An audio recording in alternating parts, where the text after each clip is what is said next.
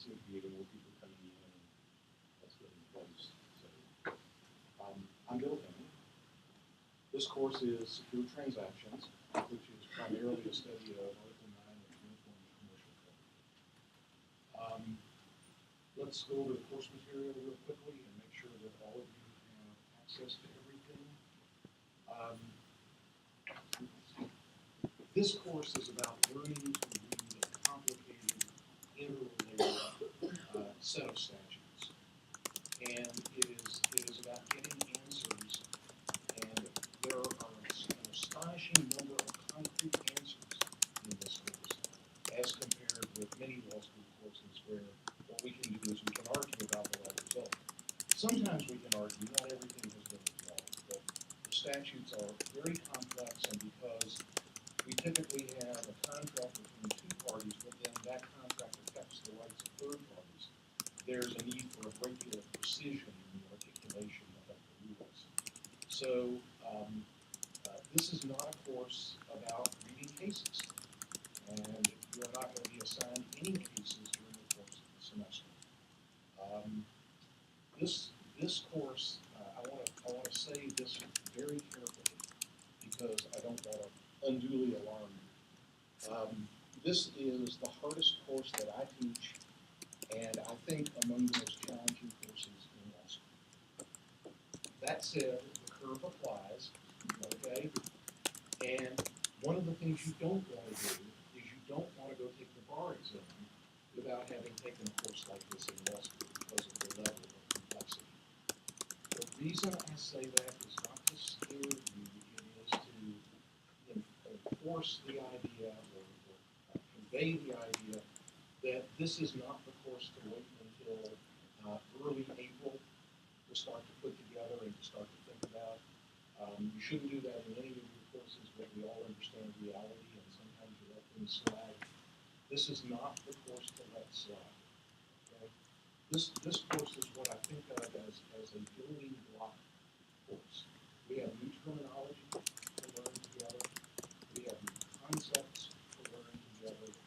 And each bit of terminology and each basic concept helps us create a foundation, and we will build constantly on that foundation during the course of the semester, so that at some point during the semester, and it will not be late in the semester, at some point before the midpoint of the semester, you'll begin to see a whole structure, because this is a very, very sophisticated system. It is a system. But you can't, I'll give you an overview today, what course doesn't begin with some sort of overview. But what we're really going to do is we're going to really put together the building blocks as we go along. Okay? So that's why I wanted to say that. The material for the course is, first of all, an understanding. The course is sufficiently complex that rather than asking you to buy a casebook or a typical law school class book, I wanted to give you a textual treatment of the subject that would allow you to read each day something in textual form that would explain the topic of the day, for better or for worse. So about a third of this book is just brilliant, and the other two-thirds but that's the idea behind this, okay? But this is backloaded. This is to get you ready to do the assignments. What I consider the course book for the course is what you think of as the supplement. This is the main text of the course. It's the statutory supplement, the Uniform Commercial Code, again, primarily Article 9, but we will not be limited to Article 9, and we will not be limited to the Uniform Commercial Code. We will talk a little bit about bankruptcy and some other laws that intersect with secure transactions law. But the main part of the course is Article 9 of the UCC. I want you to read and reread and reread the assigned statutes. There are official comments that follow each section in the code. I want you to read those. Now, one of the things that you're going to have to get used to in this course is that in teaching this structure, we will talk about a particular statute, and the statute will be long and involved And we'll only talk about a little piece of it, because the rest of it is exceptions and cross-references to other rules and complicating factors that I don't want to get into early in the course, because I want you all to have a clear view of what it is that we're taking on. So as you read the statutes in the material, pay attention to the subsections that you've been directed to in the understanding book and in the problem sets, which I will come back to in a moment. We're going to do a series of problem sets that about a dozen of them are already posted on Plan for you. And each problem in the problem sets has references to the Uniform Commercial Code, and will tell you what section or what subsection to go to. And sometimes it's 4 or 5 or 6 different provisions that you've got to put together. But the problems will give you the roadmap to work through to the answer to those particular problems. But I guess this was a long way of getting to this point. When you get to the official comments, of course, are going to talk about the entire section. And you may have only looked at a small portion of the section. And what I would tell you is to just filter through that and focus on the part that is relevant to the particular topics that you've been assigned. And if you want to look at the rest of it, that's fine. There's no harm in learning extra. But that's not what I expected at the outset of the course. Later in the course, as we add levels of complexity, then we'll get into some of the difficult concepts within the comments. I don't think we're ever going to get to the point where all of even some of the comments are going to be within the scope of what we cover. In addition to the understanding book and the statutory supplement, and I assume everybody was able to get the material for the course and nobody had difficulty doing that? Did anyone have difficulty? Okay. I use Twain. I realize that other people use other platforms, but I use Twin. There is no passcode.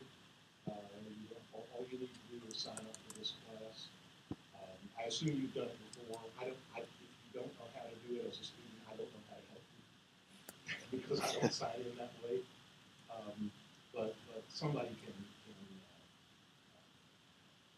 take you through that, and I'm confident the administration can. One of your classmates can. Most of you are probably. I will. Please do sign up for Twin. I am going to, if I need to send a notification out to the class, I'm going to hit the email everyone feature in Twin, and I will assume that you have received any notification that I send out. If I use Twin, and if somebody hasn't signed up for Twin, then you won't get that notification. Okay? Also, the problem sets, the syllabus is on Twin, and the problem sets are on Twin. And was everyone able to access handouts 1 and 2 for tonight? Okay. I'm assuming that most people are on the same page with me, but I'm not going to go all that far with that. I'm probably not going to get through. Well, I'm sure I'm not going to get through what I'm assigned tonight. We'll see how much of it to do. So that's sort of the big picture of the course. In terms of my policies, I really don't have many. I'm going to have to pass around the sign-in chart because it's a school requirement. I'm also, the first day, going to pass around the seating chart. And Charles, the heat's on. You're going to have to sign your name in such a way that someone standing at the podium looking at it this way can read it. And if you get it upside down, everyone else will. Okay. And then there's trouble. I'll do my best. There you go.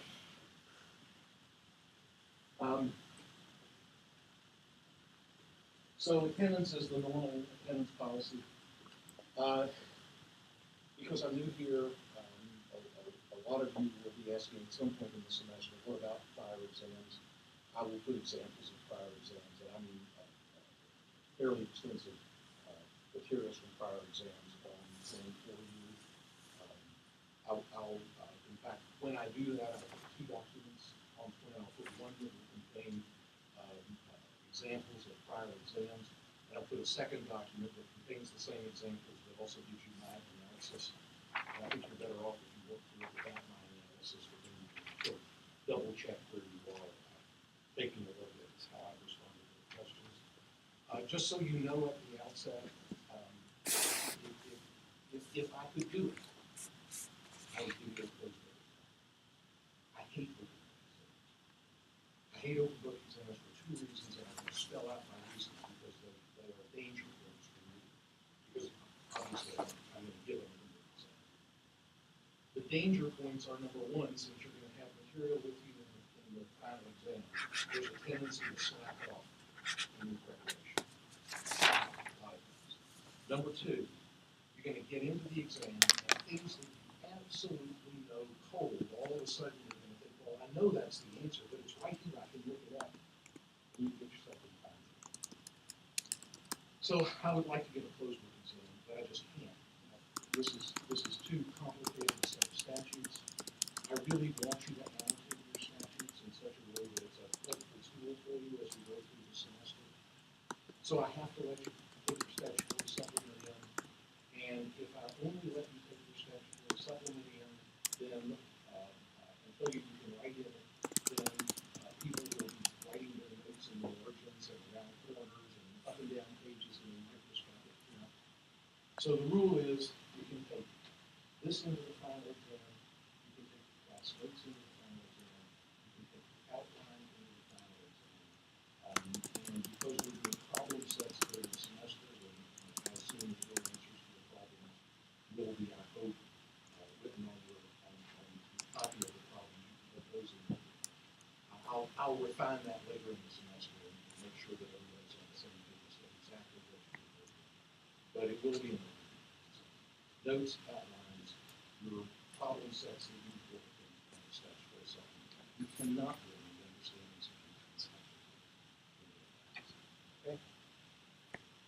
So those are most of my policies.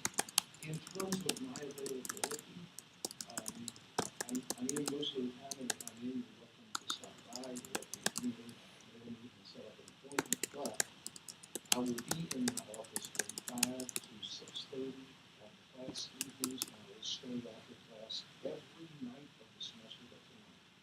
Let me try so we don't okay. To answer your question, so we'll consider the hour and a half before class and after class as sort of office hours.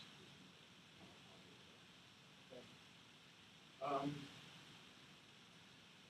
Your syllabus tells you that there will be 3 class cancellations.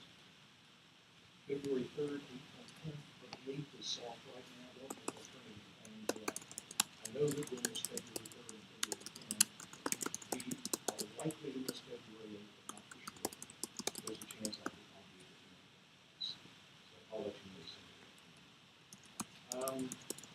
I don't have anything else in terms of policies and sort of very, very, very big picture background.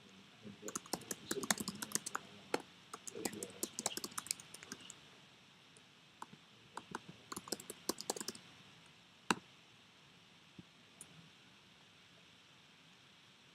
So,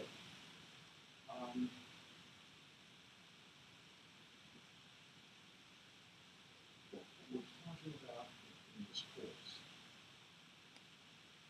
primarily is security for obligation. Simplest example of an obligation is someone borrows money from a bank. But of course, there are many other forms of obligation. Someone who buys goods on credit has an obligation to pay the seller. And so we're talking primarily about monetary obligations. Theoretically, it could be non-monetary obligations that you can have security for, but you'll never get into that in this. So security for monetary obligations. Now, this first question is based on the first handout, contrasting secured and unsecured creditors. And for what it's worth category, in revised Article 9, which is what, when I refer to revised Article 9,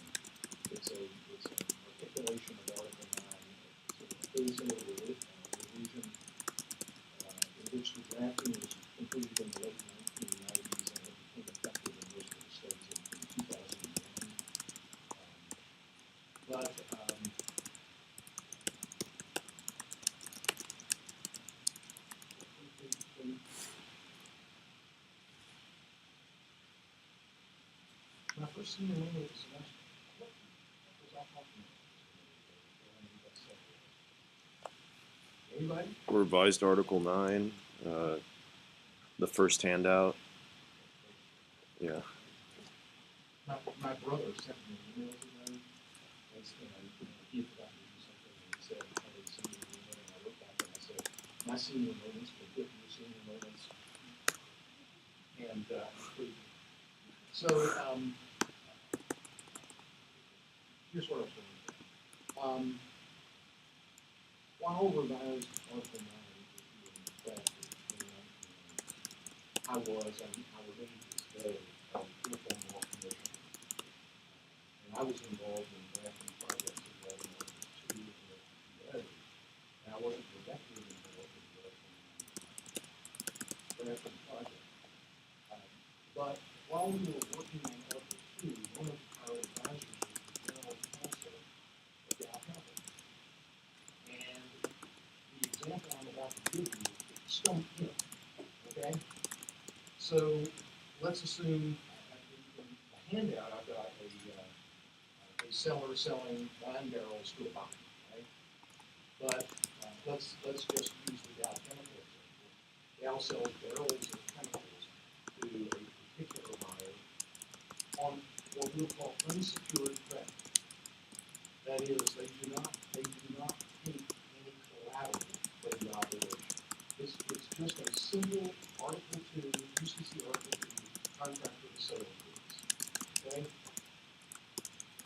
And they deliver the wine barrels to the buyer, and then the buyer does not pay the amount that was due. Now, it's important because it's a material we're going to get into very shortly to say in this context that let's assume the buyer doesn't pay because it's falling on hard times. It's not. We're not talking about fraud. It's not a situation where the buyer never intended to pay. The buyer intended to pay, took delivery of the barrels of chemicals, but then could not pay. And the question is, does Dow have a legal right to get its chemicals back? That's the question. And I'm not asking whether they can go out with a truck and pick them up or raid the warehouse where they're stored. I'm asking whether if they go to court, the court would order the wine barrels, the chemical barrels, to be returned. What do you think? Anybody? Following the handout, would they get a writ of execution through the execution process? No. Okay. Breach of contract? Well, sure there's a Yeah. no question about that. But the question is, does Dow have rights in rent? Do they have property rights in the stuff that they deliver? And the answer of the general counsel of Dow was, well, of course, we would send a truck out and load the chemicals up. Well, of course, they would send the truck out, and if the other party voluntarily gives them back, that's fine. But there was no legal right to it. This is, and I don't, the importance of title, the importance of ownership in the Uniform Commercial Code has been demoted somewhat. And it's not a central issue in this semester. But we can talk about ownership tonight. In an Article 2 transaction, a contract for the sale of goods under UCC Article 2, when the goods are delivered to the buyer becomes the owner. In Article 2 terminology, the buyer acquires title to the goods upon delivery. Okay? That means that the full ownership interest in the goods has gone from the seller to the buyer. If the seller does not, by contract, retain a property interest of some sort, the property interest that they would retain would be a security interest under Article 9. It's the subject matter of our courts. But if they don't retain a property interest by contract, then the circumstances in which they can get the goods back are very, very limited, and they would be limited to situations involving, for example, fraud, which I've excluded from this situation. So in effect, what has happened is that there has been a transfer.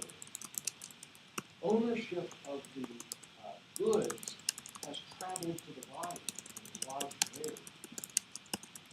All that the seller has is a promise, unsupported by any collateral, unsecured. When I say unsecured, that's what I mean. Now, if you're not paid, if you're not voluntarily paid, yes, you have a cause of action. You sue to get a money judgment. And assuming that our seller has done everything right, whatever the goods, it's entitled to the purchase price. And in suing for the purchase price, it will get a judgment for the purchase price.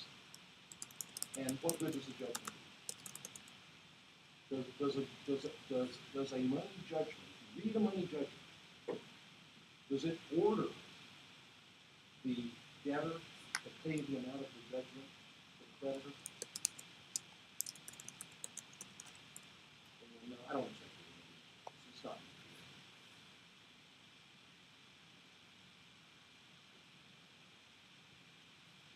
Well, if we use the remedy of specific performance, you could order the parties perform, but we don't do that with money debts.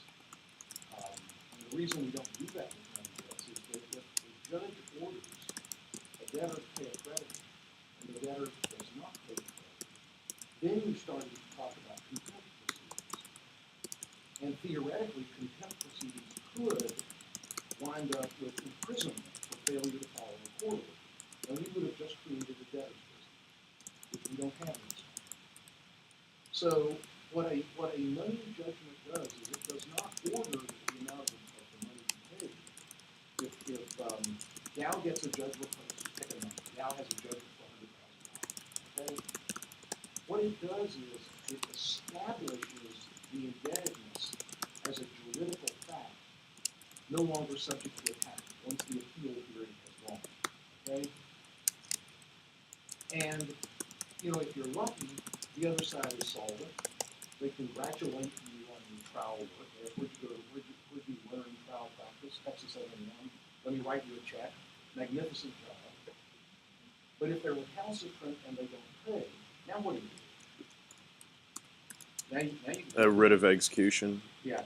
What you can do is you can get what's called a writ of execution. In most jurisdictions, it's not called the same thing in every jurisdiction. But basically what it is an order from the court to the sheriff or similar county officer to go out and find property of the judgment debtor, levy on debt, levy meaning rent, and sell it and use the proceeds to satisfy the judgment. Now, in theory, the sheriff will go out and sell it to decide in practice. I will tell you that the sheriff won't do anything until you come in and say, I know where there's some property and I can take you to it. And by the way, I'll provide you with a storage locker to store it and with a lock for it. But the point is, again, is I want to make this a simple point. That is, in this transaction, there was no collateral, there was no property right retained. Okay? If you want paid, you had to go through the process of getting a judgment, file a lawsuit, win the lawsuit. If you want paid, then you could get a writ and get a judicial officer to go out and start grabbing stuff and selling it to satisfy the judgment. And the judicial officer at that point wouldn't be limited in any way. In fact, there wouldn't be any particular right to the goods that were sold. If you could find those, the sheriff could grab those, the sheriff could grab a car or a truck. The sheriff could levy on land, for example, and even sell land to satisfy the judgment. So the idea of unsecured debt means debt that is not backed by property as collateral. Okay? Everybody pretty much with me? Any questions? So if it was backed by a collateral, then you probably wouldn't go through this writ of execution process. I wouldn't have to. Okay. So here's the basic concept of Article 9. UCC Article 9. All of you, I assume, are familiar with the Mortgage You buy a house, you grant a mortgage on the real estate, it's a mortgage state or deed of trust. But the concept is sufficiently similar that I'm going to use the word mortgage to convey the concept. So you buy the house, you borrow money from the bank, you grant the bank a mortgage on the house, and as long as you make the payments, you're fine, right? But if you default on the payments, the bank is not going to have to file that lawsuit in the development and then send the sheriff out to start finding the stuff. What the sheriff can, what the bank can do is it can foreclose on its collateral. It can foreclose on its mortgage. It can sell the real property out from under you and use the sale proceeds to pay down the debt.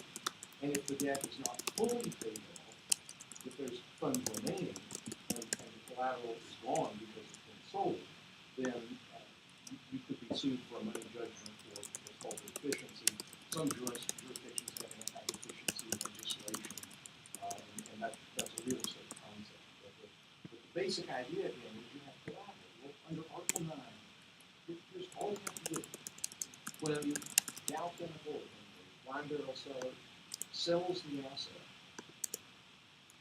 in addition to the terms of the contract related to the sale of goods, terms relevant to the Article 2 transaction of selling the goods, we will piggyback onto the Article 2 transaction an Article 9, a set of Article 9 provisions. All you really have to say is seller retains a security interest in and describe the goods. And as long as you do that, as long as you put that in the contract, seller retains a security interest in, and you have to have a description of the goods. Then, in addition to the seller having rights to payment under Article 2, the seller has a security interest which you can functionally think of as a mortgage on the personal property. And so if the buyer defaults, now the seller can repossess the assets that were sold, has specific property interest, a security interest in simplified terms. We'll get to the actual definition. But a security interest in simple terms is a property interest that is meaningless until the debtor defaults. But when the debtor defaults, it empowers the secured party to take the collateral and conduct a sale. And you can do that without court involvement if you can do it without breaching lease. You can use what's called self-help repossession. Go grab your stuff, set up a sale. There are rules on how you must conduct the sale. It must be conducted in a commercially reasonable fashion in order to get what we hope is a fair price for the buyer in this case. But you can go ahead and sell, no lawsuit, no involvement with the courts.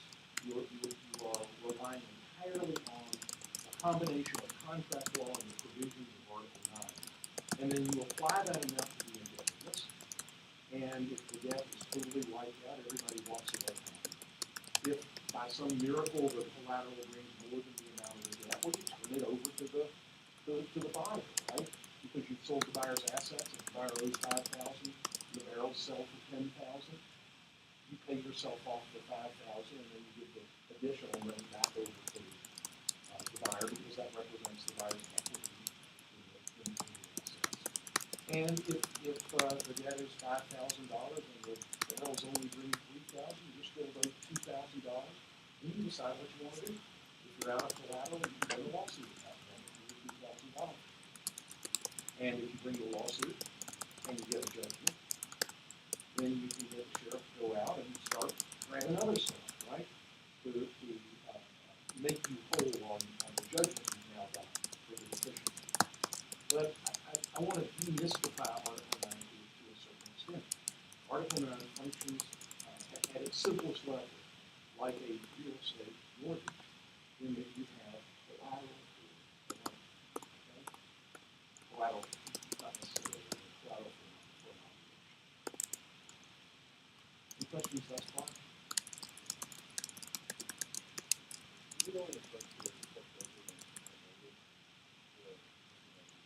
I'm sorry?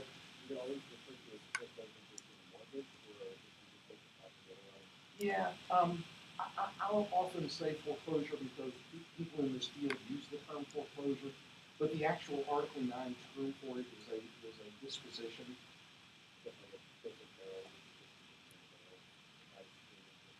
Yeah, our terminology would be that in the original transaction, um, and I was going to get the terminology in a few minutes anyway.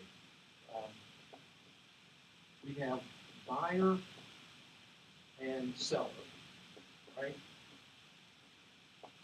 And the goods are delivered to the buyer, and the buyer owes a monetary obligation back to the seller.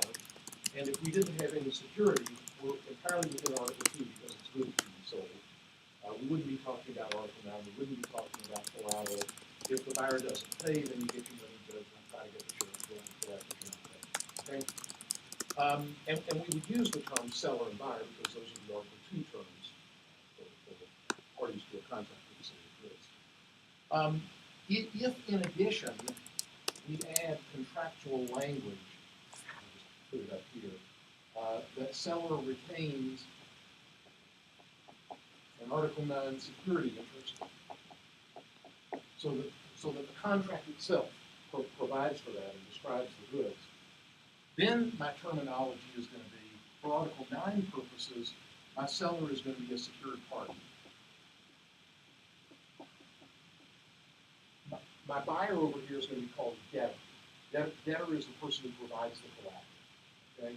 And one of the things we'll find later in the course is that debtor doesn't necessarily mean the party that owes the debt. I could have, I could want to borrow collateral borrow from a bank and not have any collateral, and you foolishly would let me use your car as collateral. So I've bifurcated the person who has the collateral from the person who owes the obligation. But early in the course, until I get a little later in the course, I'm going to have the same person owe the debt and provide the collateral. And so, in wearing the hat of person that provided the collateral, this person would be the debtor. Wearing the hat of the person who owes the money, this person would be the obligor. But I'm only trying to be technical right now. I don't want to get too far into this, okay? So these are my Article 9 terms. This part of the agreement would be called a security agreement.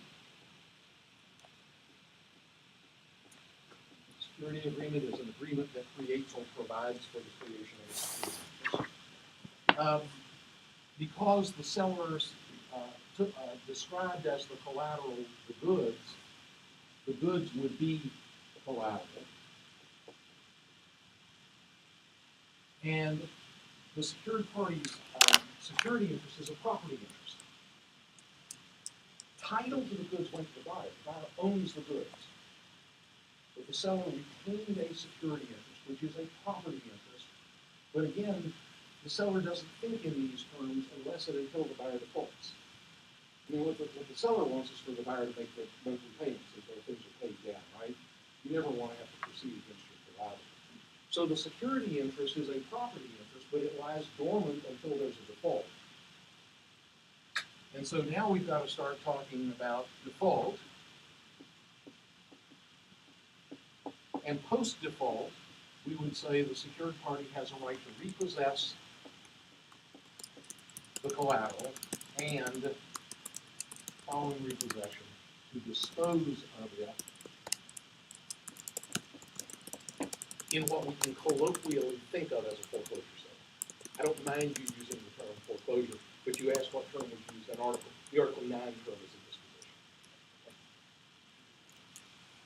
The effect of this disposition, by the way, and this is discussed in the first handout, the effect of this disposition. Think of the secured party who has gotten these goods back, but doesn't own them. And you can't just make use of them. They're not yours. You've got to do something with them and generate a benefit to apply to the debt. So the seller gets these goods back, sets up a sale, advertises the sale. We'll talk about the steps you have to take to set this up.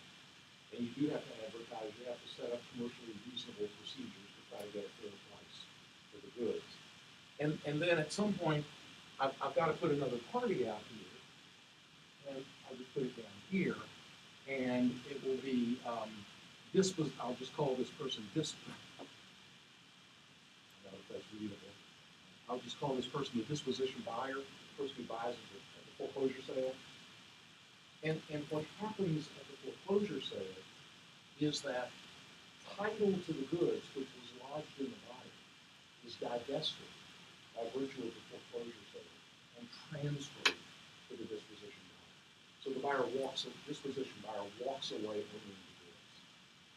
Now, it turns out, I wanted to, the question triggered this, but I wanted to get into this anyway. The first handout talks about all of these things. The sheriff said, when we didn't use Article 9, when it was just an unsecured debt, but the sheriff went out and grabbed something, the barrels, a car, could be anything, and then the sheriff sells, the effect of the sheriff's sale is the same as the effect of an Article 9 disposition sale. It divests the property interest from the judgment debtor and transfers that property interest to the buyer. And then the proceeds are applied to it. So the processes are similar, but the Article 9 process is much cheaper and easier. Happens much more quickly. And so one of the when I first started teaching secured transactions, don't ask me. But when I first started teaching this course, there was always a unit saying that does secured credit make sense? Does it really work in the marketplace? Is it really a good thing? We no longer teach that. I've been involved for a number of years. The reason I'm in this some classes, maybe both classes on the week of February 8th, is that I am on a U.S. State Department delegation to the UN Commission on International Trade Law. And what we are doing is we are drafting a model secured transactions law for developing countries because the World Bank and the UN have identified secured transactions reform as their highest priority for commercial law reform in developing countries. A developing country needs court systems that work so that outside entities will be willing to invest funds in that country. But if you're going to start creating a set of commercial laws, you need a whole bunch of them. But the first one you need as a floor is a secure transaction regime. And so what studies done by the World Bank have shown, and there are a number of them, is that when a country adopts a secured transaction, a modern secured transaction, because there's some pretty bad models out there.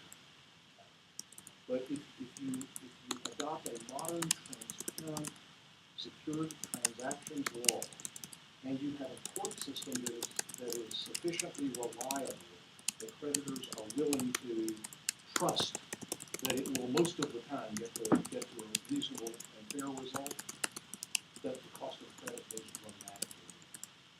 And I'm talking in areas of Mexico, which now have a very good, and just in the last few years, a very good modern secured transactions law.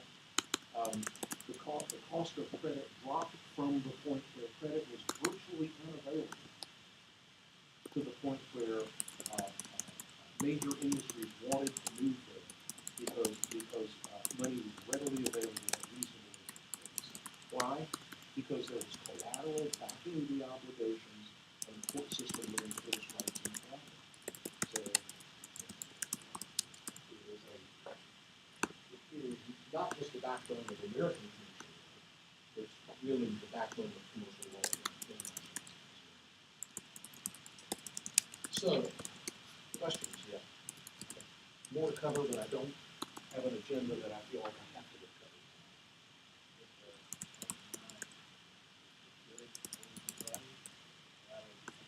covered. No. Goods are the easiest example of collateral for me to use.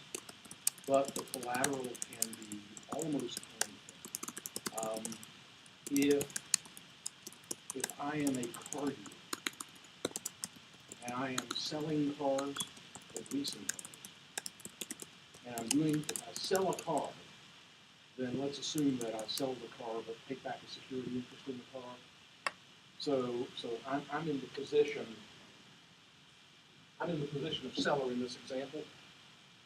If I lease the car, then at the end of the lease term, I'm going to get the car back, because in a lease, unlike the hallmark of a sale is that ownership is transferred in exchange for the price.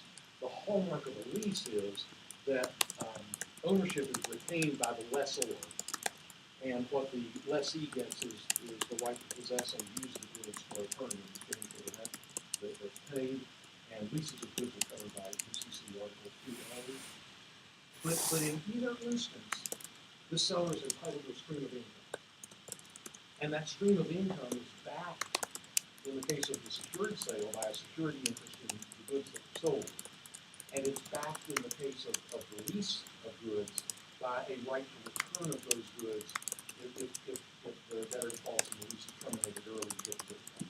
So in either instance, you're entitled to a stream of income backed by an interest of one sort or the other in the car that the dealer is selling or leasing. So the right to income can itself be collateral. And the seller here can borrow from a bank if the car dealer can't. The car dealer has to spend a lot of money with the manufacturer to put cars out on the lot, and they can't afford to then sell the cars and finance all their buyers, right? So they will turn around and find a bank out here, and the bank will lend them money and will take as collateral their contract rights against their buyers and lessees. And so the primary value of the collateral is its stream of income, okay, and not goods at all. And I'll give you a name for that type of collateral later. Let's just say that it's intangible. It's not goods for the moment, okay? I can take a security interest in intellectual property. I can take a security interest in rights under U.S. patent law, trademark law, copyright law. I can take a security interest in rights under a letter of credit. One of the ways that I think of Article 9, and I've sort of developed this feel for it over time. Article 9 is sort of a plug and play unit, in a way. That is, it has a core set of rules that apply to every transaction. But then it has really specialized rules that apply depending on the type of collateral. And in order to understand those rules and why those rules are in Article 9, you have to understand the body of property law that you're connecting to. So if you're taking a security interest in intellectual property law, then you're going to have to know something about intellectual property law to understand the provisions that are within Article 9 that permit the interface, that permit the use of that property as collateral. So this is very much a property course.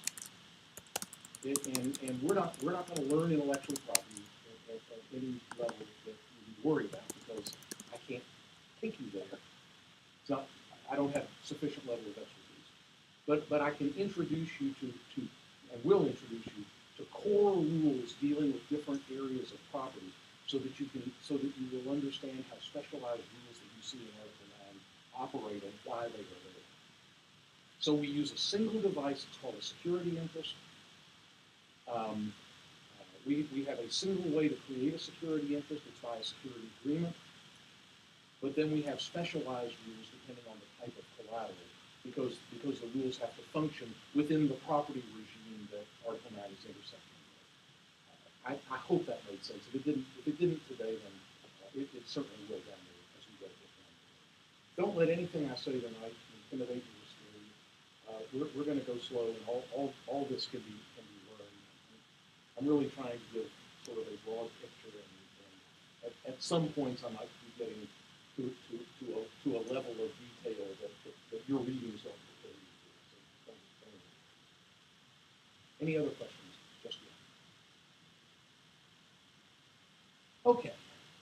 So let me digress just a little bit. How many of you have had another UCC course? So you've at least encountered the uniform commission. Okay, so about half the class, roughly. Payments, how many of you have had payment systems? You and the rest would have had Article 2. So yes. And about half of you have not intersected in the competition. So let me give you, and you are not responsible on the final exam for my history of the UCC. Okay? But I do want you to have some sense of this document that you're the Uniform Law Commission, I mentioned, I've been a commissioner since 2004. I was a Missouri commissioner, then I became executive director of the organization while still a commissioner and moved to Alabama. And when I no longer was executive director at that time was a full-time job in theory, accomplished by a law professor. That was the history. It had more or less become a full-time job, and my successor was a full-time employee. But I was a law professor doing two jobs. So I did that from 2001 to 2007. Then I became an Alabama commissioner. And now I've moved to Texas, and I have to be a Texas commissioner because I've been in the organization long enough that I've got life membership, and I don't need a political appointment from the state. But the Uniform Law Commission, for 123 or 4 years, has consisted of delegations of lawyers, academics, judges, practitioners, from all of the states, and today, all of the states, the District of Columbia, Puerto Rico, and the United States Virgin Islands. So when we in the Uniform Law Commission say state, there are 53 of them. Come together to draft laws for states, not for the federal government. Draft laws for states that represent what we think is good policy. And these acts, when drafted, are sent out to the state legislatures, and an effort is made to get all of the states to adopt them. And sometimes we're very successful. The Uniform Commercial Code has been adopted in every state. Louisiana has not adopted Articles 2 and 2A, but it's because of their civil law tradition that they've adopted Article 9 and the rest of them. Sometimes we spend hundreds of thousands of dollars in years drafting, and we wind up doing it for fun because nobody adopts it at the end of the day. But the idea is that in a continental nation like this, there are situations in which the law should best be preserved at the state level. And if you want to talk about why, I'd be willing to talk about why. The law should be at the state level, but in order to reduce transaction costs, in order to make it easier for goods and people to flow across state lines, the laws in the different states need to line up. They need to be not lockstep uniform, but at least harmonized in such a way that moving from state A to state B, you'll understand what the law is in a particular area in state B without having to start over higher law review research. So these laws are drafted, they're sent out to the states. The states are sovereign in this area. They're free to adopt or not to adopt. If they adopt, they are free to make changes. There are changes to every article of the Uniform Commercial Code. In fact, it may interest you to know that even though West labels its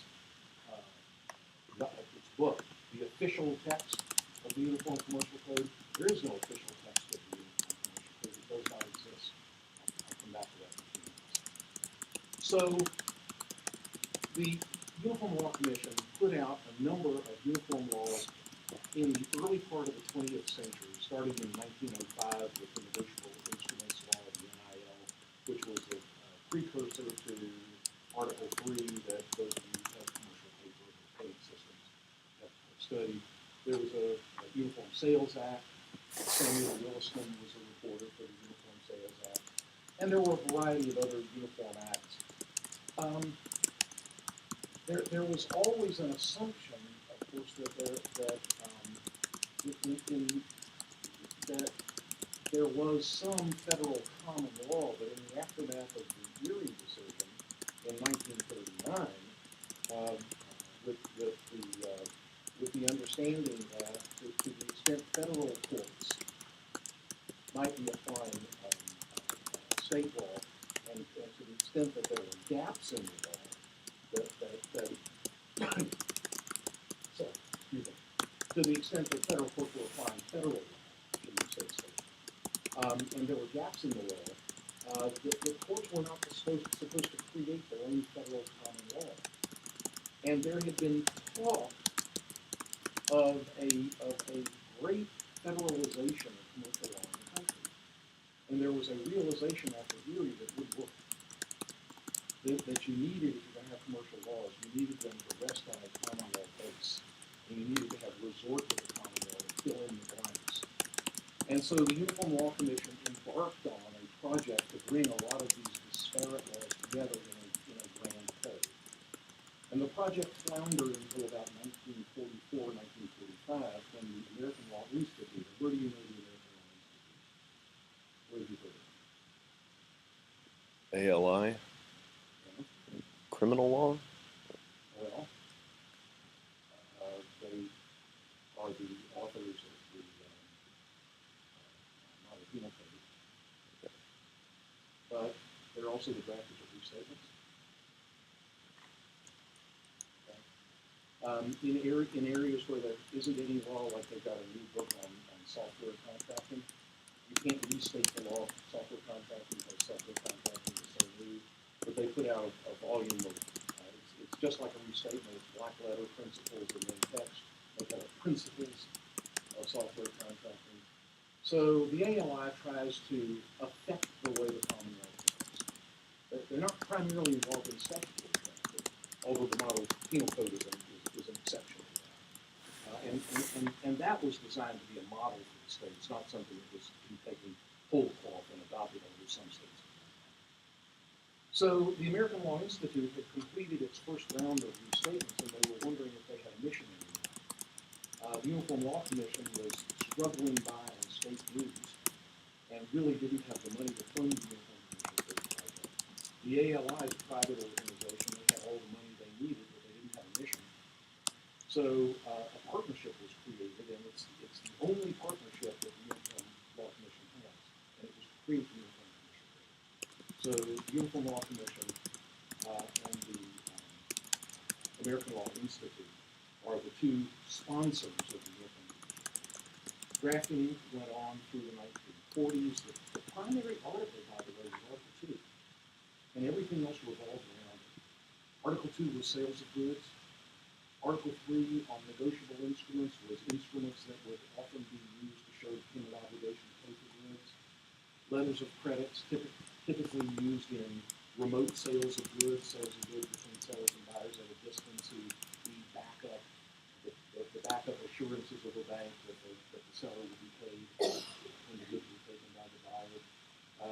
Article 7, documents of title, and Article 9 was security interests primarily in those goods, although it was broader than that. Today, Article 2 is important.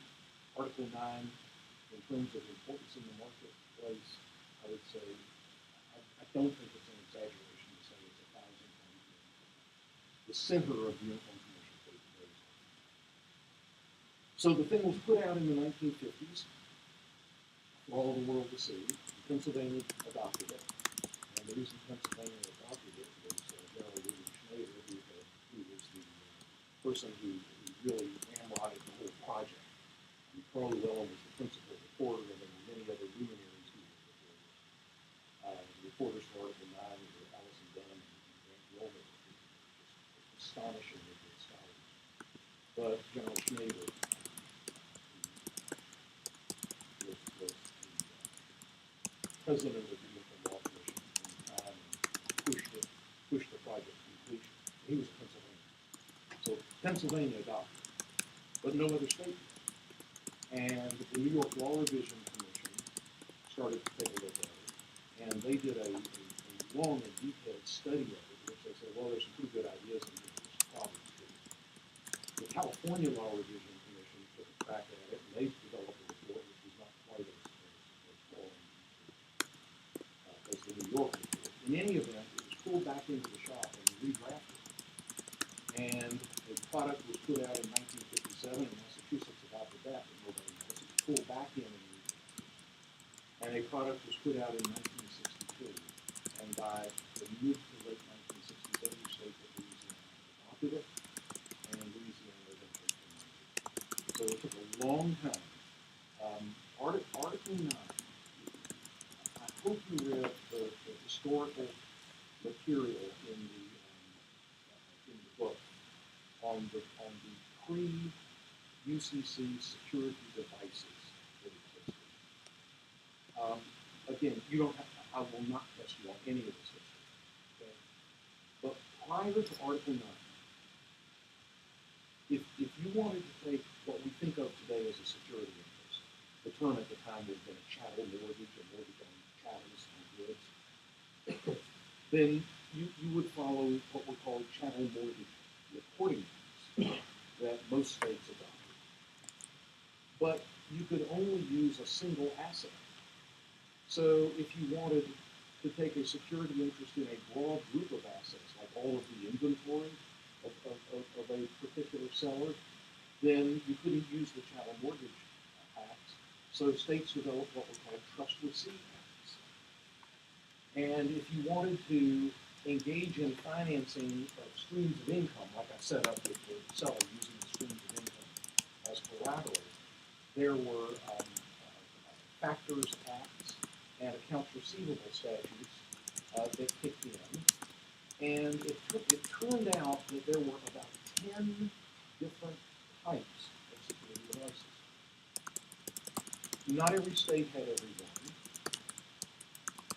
If a state had 6 of them, then those 6 did not necessarily function the same way the same 6 would function in other states. In other words, each state, as they adopted it, would add their own details to it. And so think of a situation, if you're a large money center bank making loans all across the United States, and you need to take security for loans involving single assets, multiple assets, accounts receivable. Think of the research you have to do to put those transactions in place. The cost in legal fees, the transaction costs, are phenomenal. Article 9 did not repeal all those prior acts. What Article 9 said was, all those prior acts are an anachronism. You can still use those terms, but if you use the term chattel mortgage, now you need security interest. If you use the term factors lien, now you need security interest. If you want to use, if previously you used the term pledge, now you need security interest. So there was one framework: security agreements, security interest, which the security interest is the core property interest that we're talking about. And then having set up a core framework of basic rules to tell you how to get this interest, then what you had is what I call the specialized rules within Article 9, which deal with the different types of property.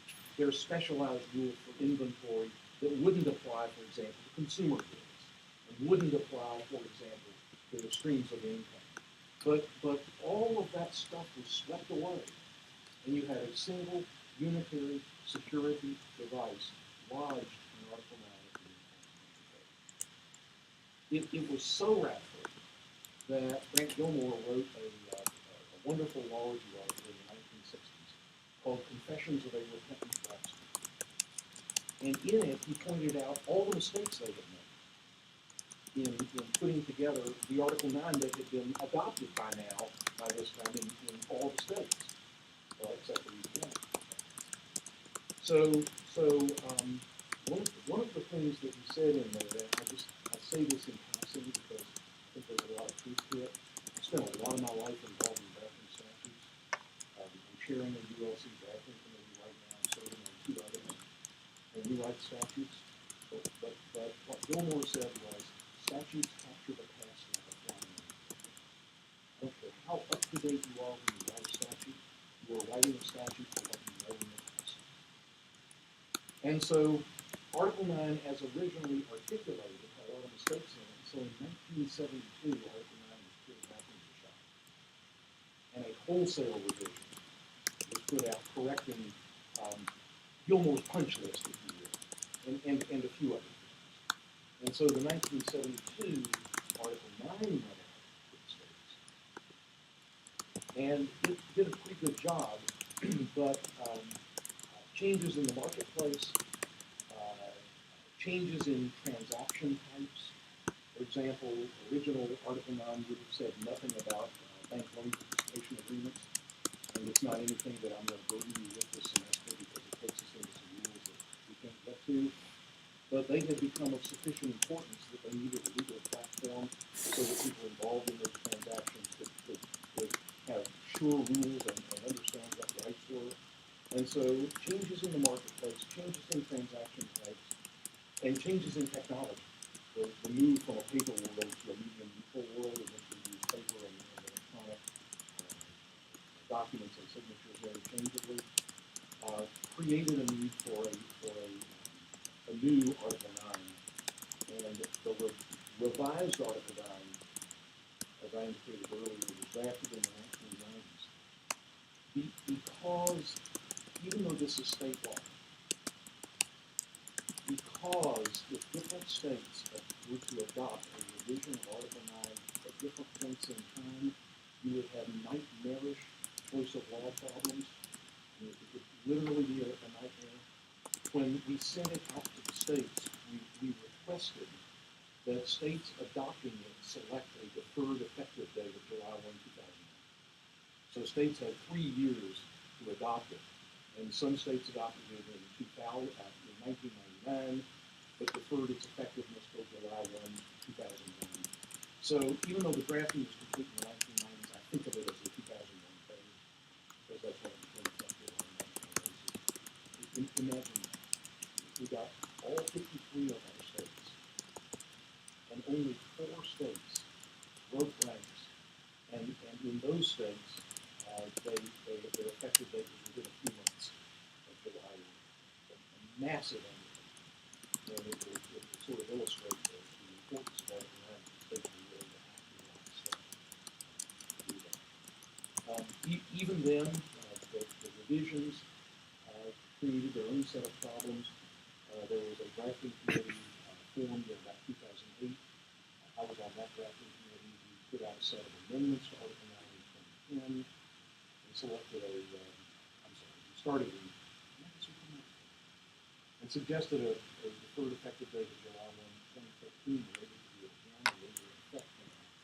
So what you all are studying is the 2001 version of the UCC, Article 9, as amended by a set of amendments in 2010, but it'll be seamless to you.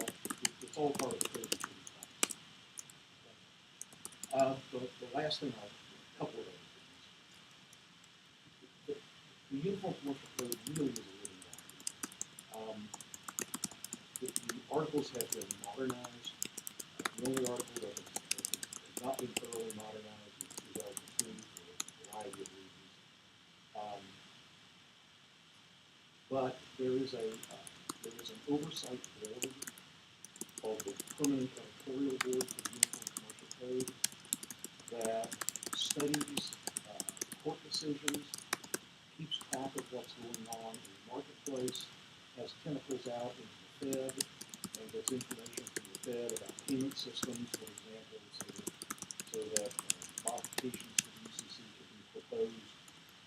That if there is a new drafting project to draft rules for electronic promissory notes to be used for mortgages in the context of an electronic national mortgage registry, so that if there's another bubble that collapses and mortgages need to be foreclosed, one of the things that has caused some of the problems in the mortgage foreclosure crisis is that banks used to make a loan and they service the loan. Now banks make a loan and they sell it, and it may go through 2 or 3 hands in the securitization process. And in the process, the promissory notes and mortgages got disconnected, and people bought rights in what they thought were mortgages that they couldn't prove that they held the mortgage. so they couldn't foreclose. So there is an upcoming revision of the Uniform Commercial Code to solve that problem for hopefully there won't be any very many. But if there is, then hopefully it's not. And again, I don't want to just do it, I do want you to have a sense of familiarity with the code as you go into the course. I've been a member of the Attorney Board for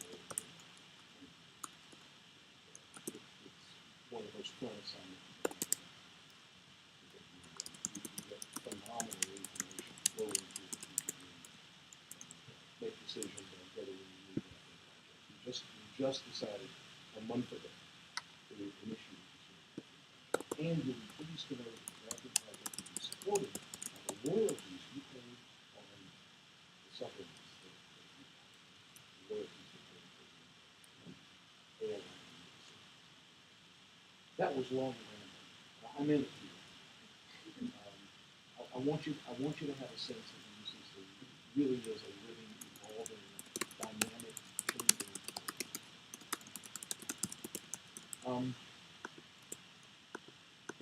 If you have heard of the organization called the National Conference of Commissioners on Uniform State Laws, maybe a term that you've heard, that organization is what is commonly called the Uniform Law Commission. But nobody can say that 7 times. National Conference of Commissioners on Uniform State Laws. So there's a simplified name. Questions? Okay, we got 7 minutes. Right? Let's do it really nice. Go to section 9:109.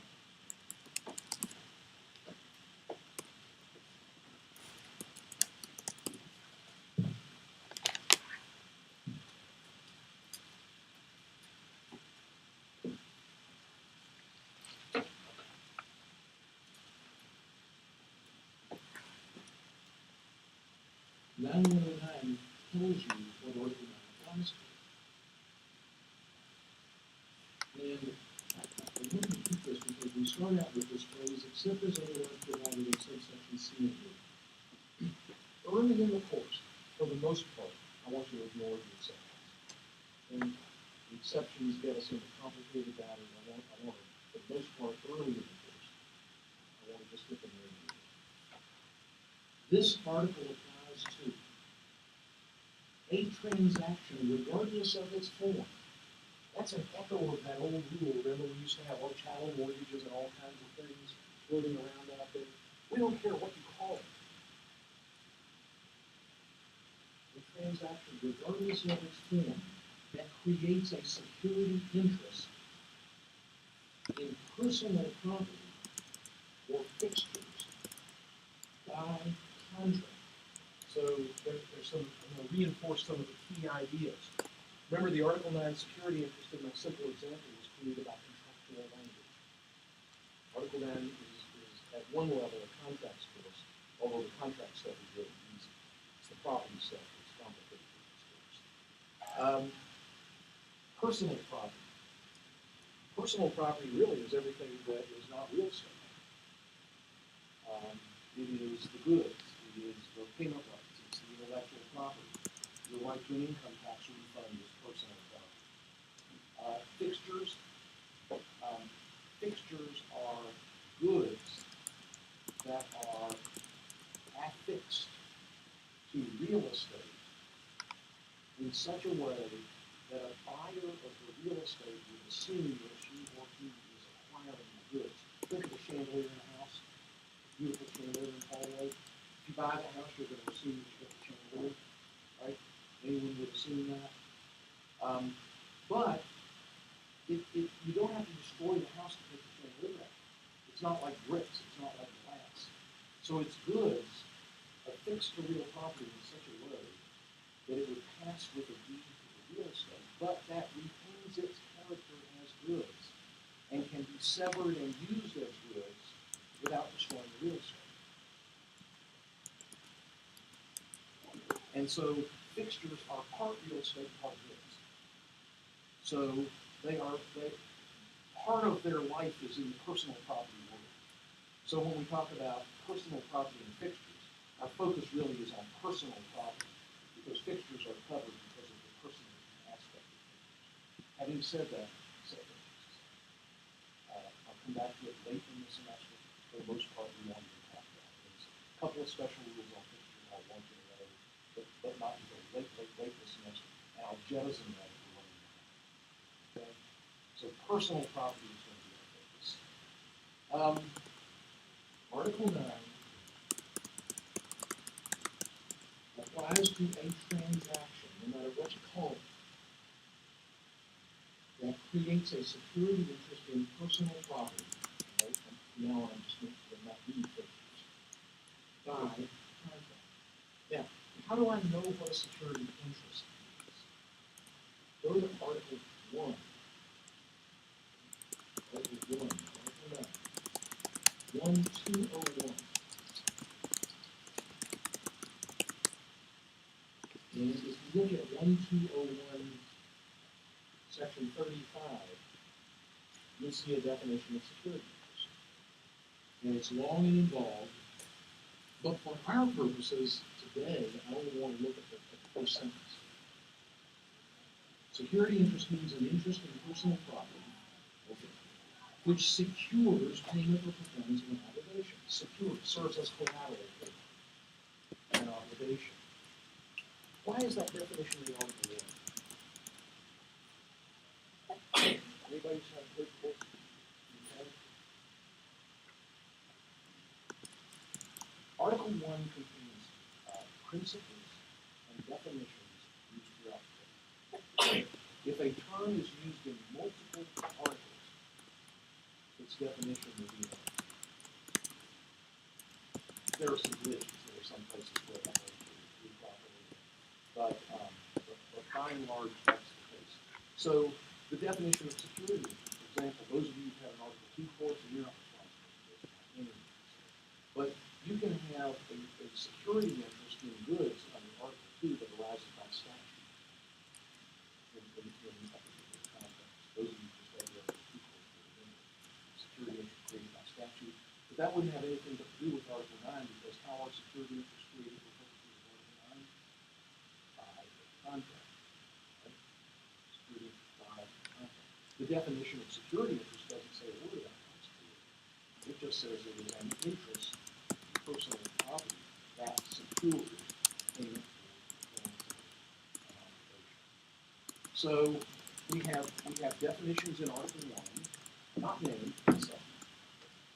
And then in Article 9, we have about 80 plus definitions that are exclusive to Article 9, terms that are not used anywhere but Article 9. And we are out of time, but the main point I wanted to make in closing up this introductory is that if you're learning to read a complicated statute, you have to learn to read the statute in light of the defined terms.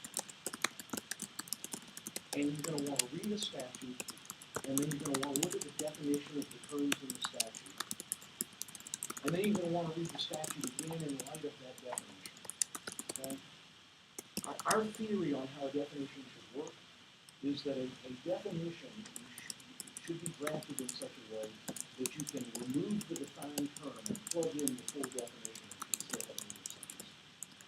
That's the goal in that. Okay. So think very much in terms of definition.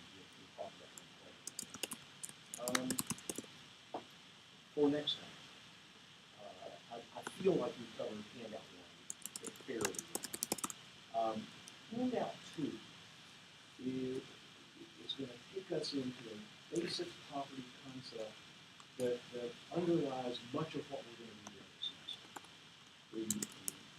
The idea behind handout 2 is it's in the context of what's called voidable title, but it's an example of a broader principle that we'll be dealing with all semester. So for next class, read handout 2. I signed half of it for tonight. I'm not surprised that read handout 2. We're not going to go beyond that. There is a problem set at the end up turned out to try to work the problem. I think those will challenge you. But it will be worth the effort to focus and do your best with those problems. And I won't go beyond that. Okay? All right. Those of you who've been online and know the score, don't tell me.